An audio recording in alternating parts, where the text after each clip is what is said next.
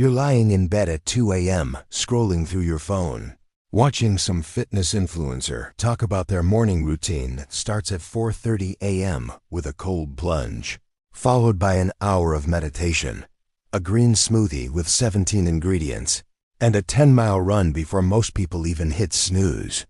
You feel that familiar fire ignite inside you. Tomorrow, you tell yourself, tomorrow I'm going to completely transform my life. You download 3 new apps, you order that meal prep service, you set 5 alarms, and you fall asleep convinced that this time it's going to be different. But here's what actually happens. The alarm goes off at 4:30 a.m. and you feel like you've been hit by a truck. You silence it. You'll start Monday. Monday comes, you make it 2 days, maybe 3 if you're really pushing, and then life happens. You're tired from work. You've got that dinner with friends, it's raining outside, and suddenly that massive commitment you made feels like a mountain you can't climb anymore. So you quit, again, and that voice in your head gets a little louder, the one that whispers maybe you're just not cut out for this. Maybe you don't have what it takes, maybe some people can change and you're just not one of them. If you've ever felt that crushing weight of wanting to be better, but feeling completely stuck in place, if you've ever wondered why your willpower evaporates the moment you need it most, stay with me because I am about to tell you about a guy named Daniel who couldn't stick to anything in his life until he discovered that massive transformation doesn't come from massive action. It comes from something so small, you're going to think I am crazy when I tell you what it is. But I promise you by the end of this story, everything you thought you knew about change is going to flip upside down. Daniel was 32 years old, living in a city where everyone around him seemed to have their life together while he was barely keeping his head above water. His apartment looked like a self-help graveyard. Vision boards plastered on every wall with images of six-pack abs and exotic vacation destinations he'd never visit. Bookshelves sagging under the weight of books with titles like TinyHabits and The Power of. Now that he'd bought with the best intentions, but never made it past chapter 2. His phone was a digital museum of abandoned dreams. 17 productivity apps that he'd downloaded in bursts of motivation, only to ignore their notifications until he finally deleted them in frustration. Every single January 1st, Daniel would sit down with a fresh notebook and write out his New Year's resolutions like he was drafting a battle plan. Exercise 1 hour every day, read 50 books this year, learn Spanish fluently, wake up at 5 a.m. without fail, meditate for 30 minutes, eat clean with 0 cheat days. He'd tape this list to his bathroom mirror, and for about 2 weeks, he'd attack it with everything he had. Dragging himself to the gym even when every muscle screamed in protest. Forcing himself through chapters of books he didn't even like just to hit his quota. Choking down kale smoothies that tasted like lawn clippings. But by January 15th, like clockwork, the whole thing would collapse like a house of cards in a hurricane. The gym membership card would sit unused in his wallet, gathering dust and guilt in equal measure. The books would migrate back to the shelf with bookmarks still lodged in the early pages. The Spanish app would keep sending him notifications. You're on a 0-day streak. Don't give up. But he'd already given up weeks ago. He'd hit snooze at 5 a.m. and wake up at 7:30 in a panic. Already late, already behind schedule, already drowning in that familiar feeling of defeat before the day even started. His coworker Sarah would catch him in the break room and ask with genuine interest, "Hey Daniel, how's that new workout routine treating you?" And he'd force a smile and say, "Oh, just taking a strategic break. I'll get back to it next month." But both of them knew next month was never coming. Here's the thing that ate away at Daniel more than anything else. It wasn't the failure itself, because honestly he'd gotten pretty comfortable with failure by this point. It was the shame that followed him around like a shadow. Every time he walked past the gym on his way to work, he felt it. That heavy knot in his stomach.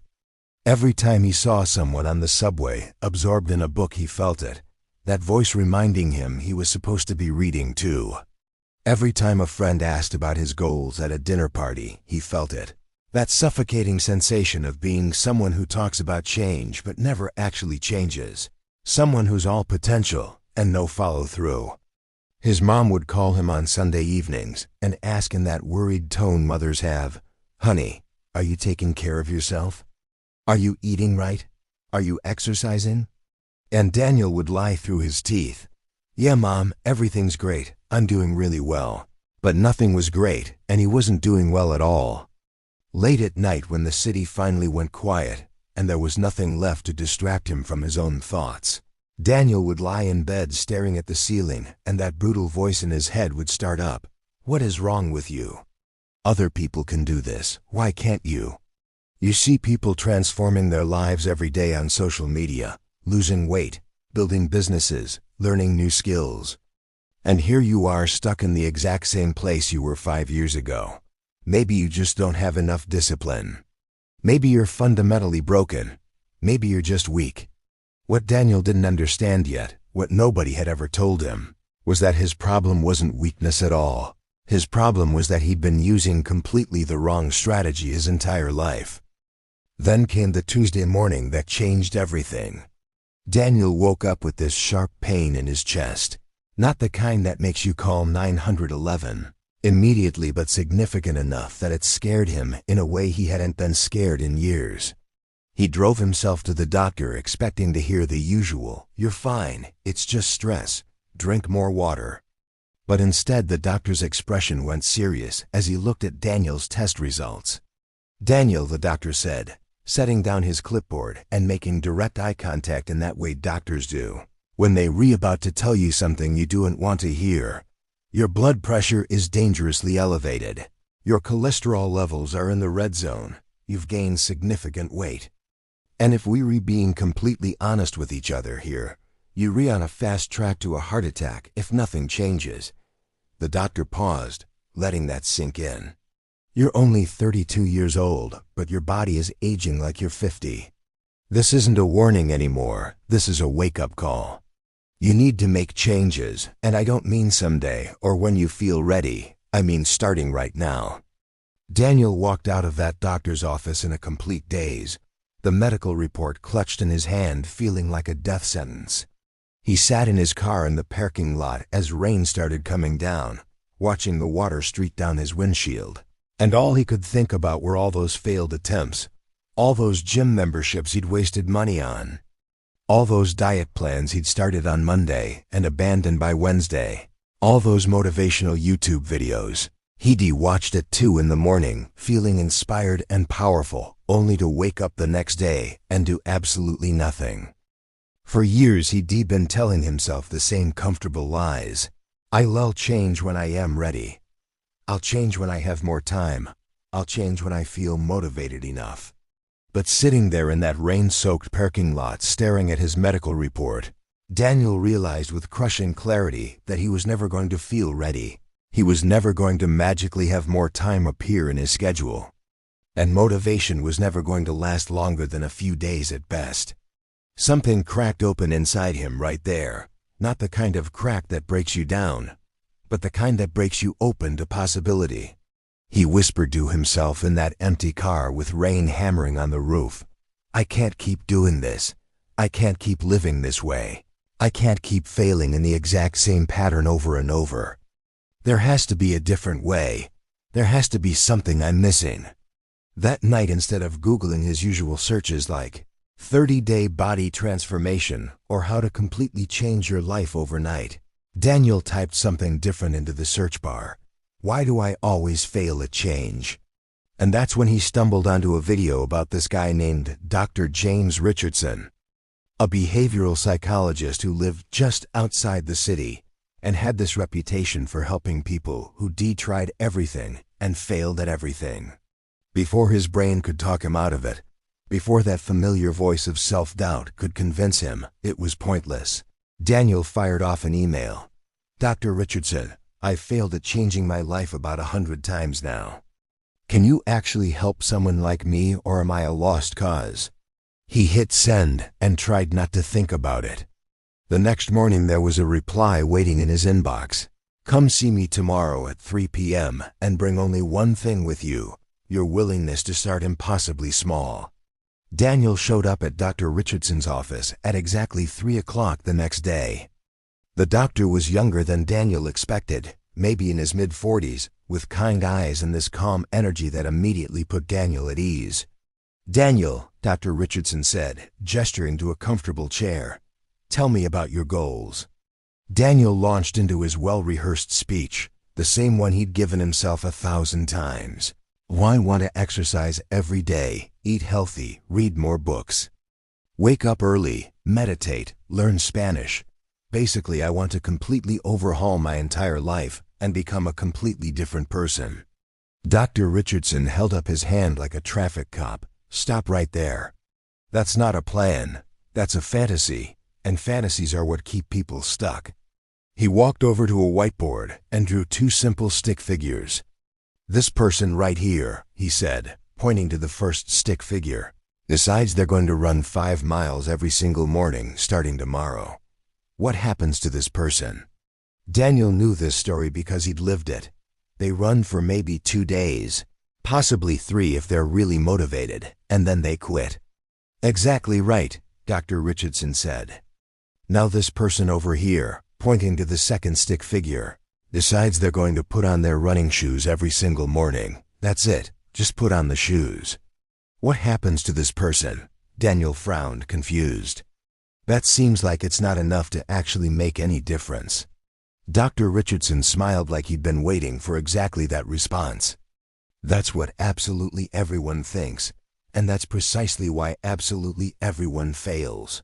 He reached into his desk drawer and pulled out a tiny plant seed, placing it carefully in Daniel's palm.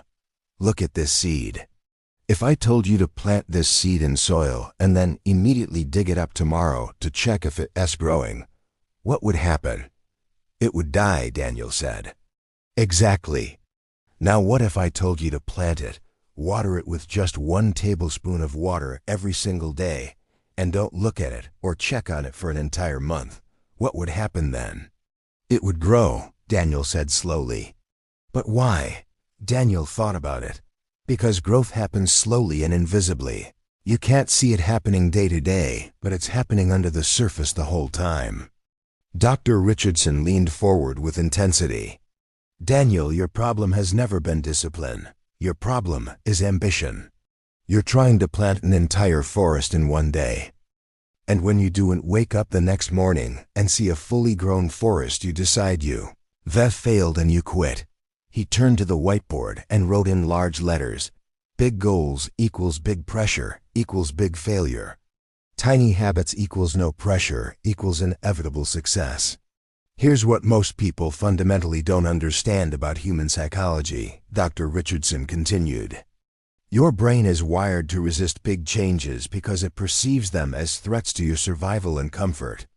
But your brain doesn't resist tiny changes because they read too small to trigger that resistance response."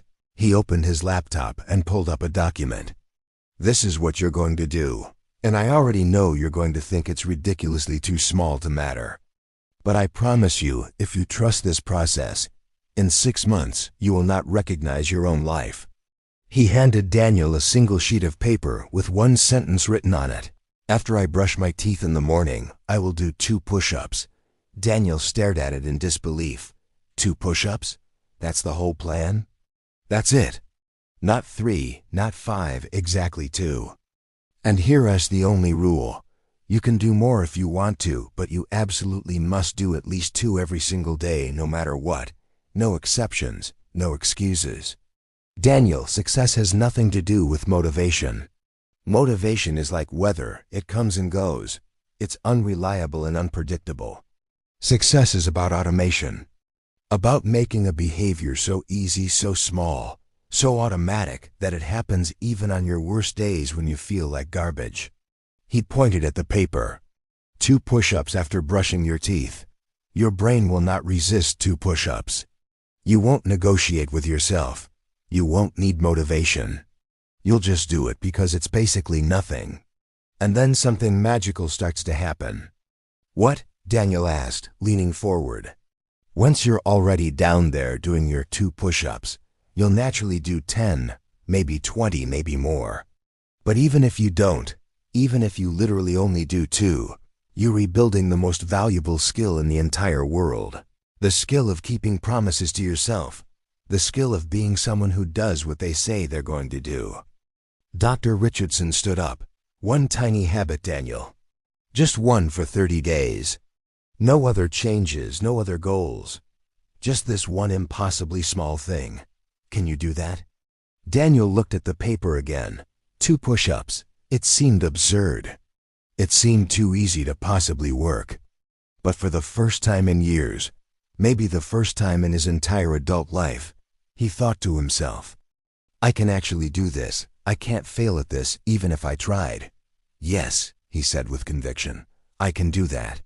The next morning, Daniel brushed his teeth feeling slightly ridiculous about what he was about to do. Then he got down on his apartment floor and did 2 push-ups.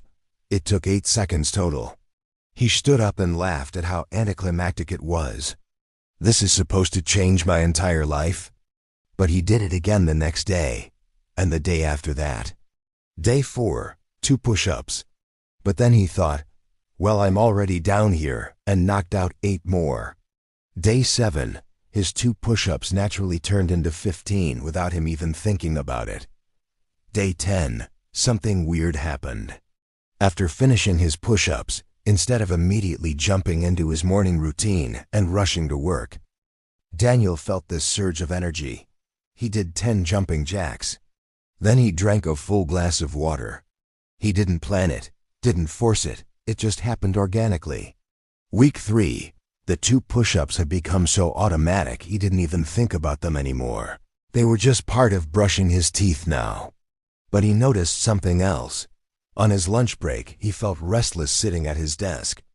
So he walked around the block for 5 minutes. Just 5 minutes. He didn't set a goal, didn't make a plan. His body just wanted to move. Week 5, Daniel realized he'd been naturally choosing healthier options at lunch. Not because he was on some restrictive diet, not because he was forcing himself, but because after exercising his body actually craved better fuel. It was like his appetite had shifted without him consciously trying. Week 7, he started waking up 10 minutes earlier than usual. Not 5 a.m. like his old impossible goals, just 10 minutes earlier, so he had time for his morning routine without that frantic rushing feeling. One morning in week 8, Daniel stood in front of his bathroom mirror after doing his push-ups, which had organically grown to 30 by this point, and he realized something that made him freeze in place. He wasn't trying anymore. These behaviors weren't goals he was white-knuckling his way through. They weren't items on a checklist causing him stress. They had become automatic, natural, just part of who he was now. Month 4, Dr. Richardson added a second tiny habit to Daniel's routine. After I eat lunch, I will read 1 page of a book, just 1 single page. That's the whole commitment. But 1 page led to 10 pages because once he started reading, he didn't want to stop. 10 pages led to finishing a chapter. Daniel finished 3 entire books that month, more than he'd read in the previous 2 years combined. Month 5, Dr. Richardson introduced a 3rd tiny habit. After I arrive home from work, I will put on comfortable clothes and stretch for 2 minutes, just 2 minutes. Those 2 minutes led to 10 minutes, which led to Daniel finding yoga videos on YouTube, which led to evening walks around his neighborhood. His coworker Sarah cornered him in the break room one day with a concerned look. Daniel, you look completely different, like something major has changed. Are you okay? Are you sick? He smiled genuinely for the first time in months. I'm better than okay, Sarah. I'm actually becoming someone I didn't think I was capable of being. His next doctor's appointment 6 months after that terrifying wake-up call showed the numbers in black and white. Blood pressure down to normal range. Cholesterol improving dramatically, weight dropping steadily week after week. But the biggest change wasn't visible in any medical chart or number on a scale. The biggest change was how Daniel saw himself now. For the first time in his entire life, he was someone who kept promises to himself. Someone who actually followed through. Someone who changed not through massive willpower or extreme discipline, but through tiny, consistent, automatic actions that built on each other day after day. Listen, Daniel's story isn't really about push-ups at all. It's about understanding how human beings actually change, how transformation actually works in the real world. We've been sold a lie our entire lives. We've been told by fitness influencers and motivational speakers and self-help gurus that transformation requires massive willpower, extreme discipline, and radical motivation, that you need to completely overhaul your entire life overnight. But the truth is so much simpler and honestly so much more beautiful than that. Transformation happens through tiny habits repeated consistently over time, period. Let me break down the 3 core truths you need to understand. First, your brain is hardwired to not resist tiny changes. Make your habit so laughably small that it's literally impossible to say no to it. 2 push-ups, 1 page, 2 minutes of stretching. Start so small it feels almost stupid, because that's exactly how you bypass your brain's resistance. Second, consistency absolutely demolishes intensity every single time.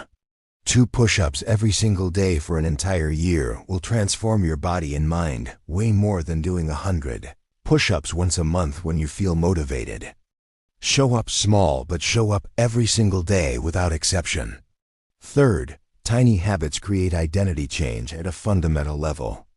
Every single time you complete your tiny habit, you're casting a vote for the type of person you want to become.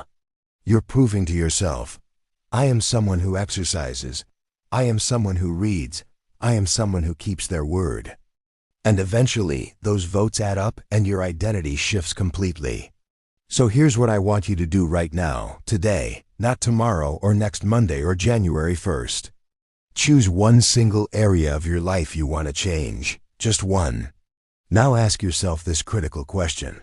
What is the absolute tiniest possible action I could take every single day that moves me toward that change? Not what would impress your friends on Instagram. Not what seems worthy of a transformation story. I'm talking about the smallest, easiest, most automatic action you can possibly think of. Want to start exercising? Don't commit to an hour at the gym. Commit to 2 push-ups right after you brush your teeth. Want to read more? Don't commit to a book a week. Commit to reading 1 single page after you eat lunch. Want to start meditating? Don't commit to 20 minutes of meditation. Commit to taking 2 conscious deep breaths the moment you wake up. I'm making you a promise right here, right now. If you start impossibly small, if you make it completely automatic, if you trust this process, even when it feels like you're not doing enough, in 6 months you will not believe how much has changed in your life. Not through force, not through willpower, through the power of consistency compounding day after day. Drop a comment right now and tell me what's the one tiny habit you're recommitting to starting tomorrow morning. Make it specific, make it small. Make it something you absolutely cannot fail at even on your worst day. I want to hear yours because we're rebuilding a community of people who understand that you don't need to change your entire life tomorrow. You just need to change one small thing today and then do it again tomorrow and watch as the impossible becomes inevitable.